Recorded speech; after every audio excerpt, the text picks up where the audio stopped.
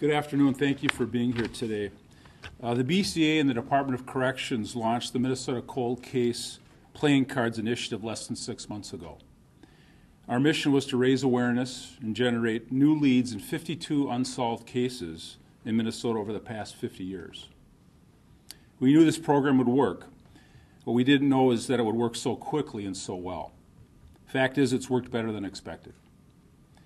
We've received more than 70 solid tips after distributing playing cards to law enforcement and inmates in the prisons across Minnesota.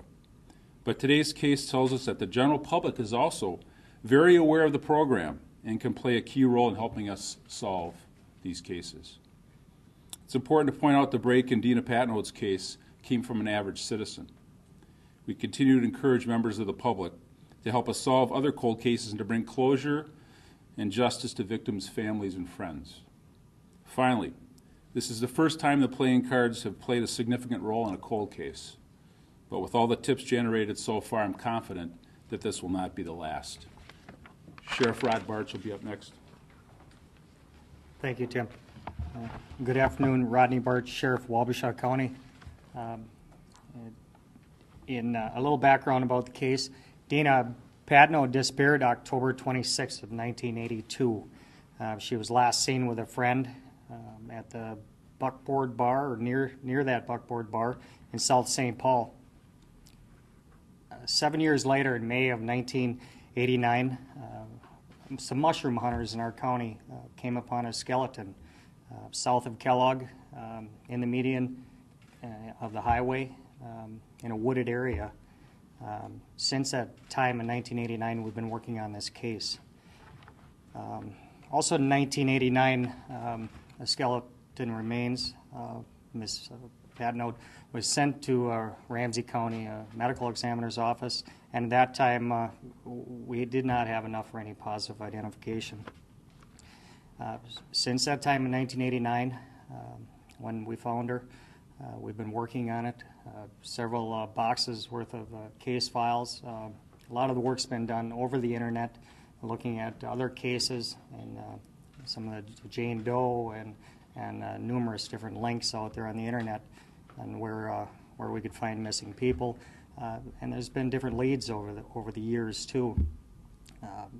Late in '07, our office resurrected the case in a sense that we learned that we could get mitochondria DNA extracted from one of the teeth. And we did that with the help of the BCA, and we were able to load that onto the national database.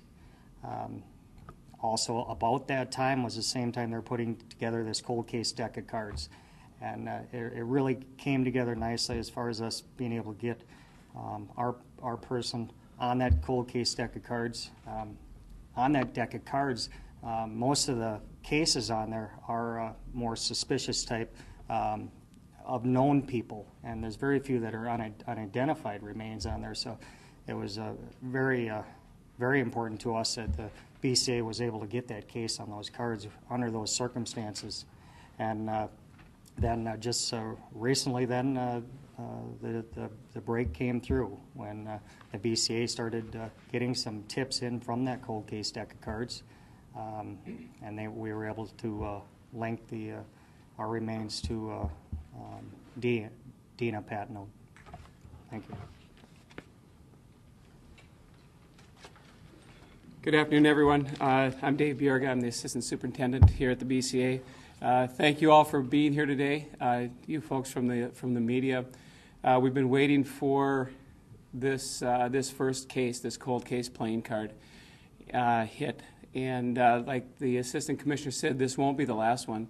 Of the 70 tips that we've received since the cards were issued, we're thinking that probably a dozen or so are very credible, and we're following up with investigations on those tips also. So this is the first, but it won't be the last time that we get together in this fashion.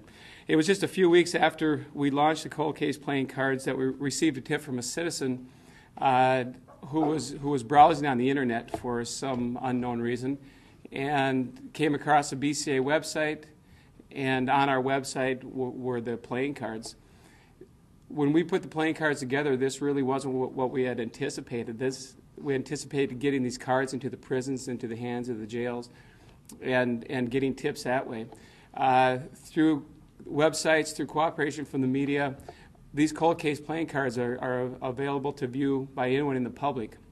And that's what this individual was doing.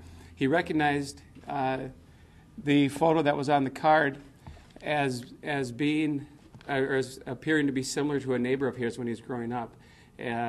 This neighbor disappeared when he was about 10 years old. He relied on stories from his own family to kind of piece a few things together, and he called in with this tip.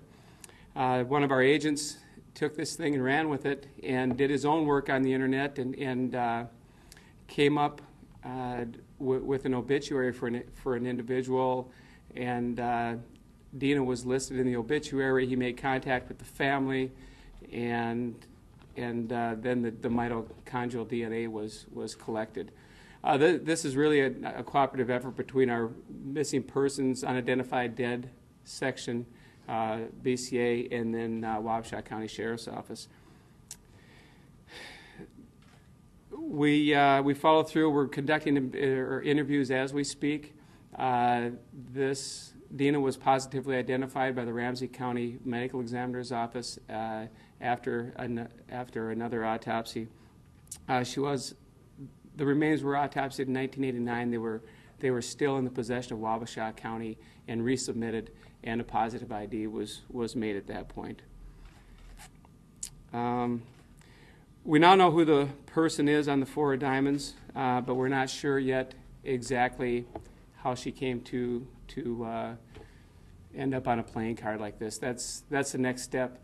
Today is a monumental day for us at the Bureau and for the family of Dina, but it's just the beginning for us. Now the real investigation works. We have several investigators between BCA and Wabasha County looking at this, and hopefully we can provide even more closure to the family before we're done. So thank you.